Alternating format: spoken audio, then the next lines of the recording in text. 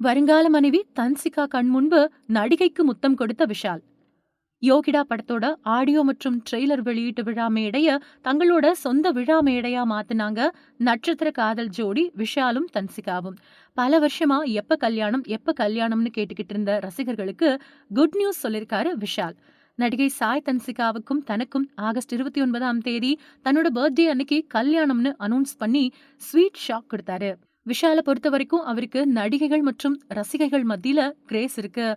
அதோட இப்போ செலிபிரிட்டிஸ் எல்லாரும் ஒருத்தர் கட்டிப்பிடிக்கிறது கேஷுவல் ஆயிடுச்சு. அந்த வகையில விஷாலும் எல்லா நடிகைகளையும் கட்டிப்பிடிக்கிறதும் முத்தம் கொடுக்கறதையும் பார்த்திருக்கோம்.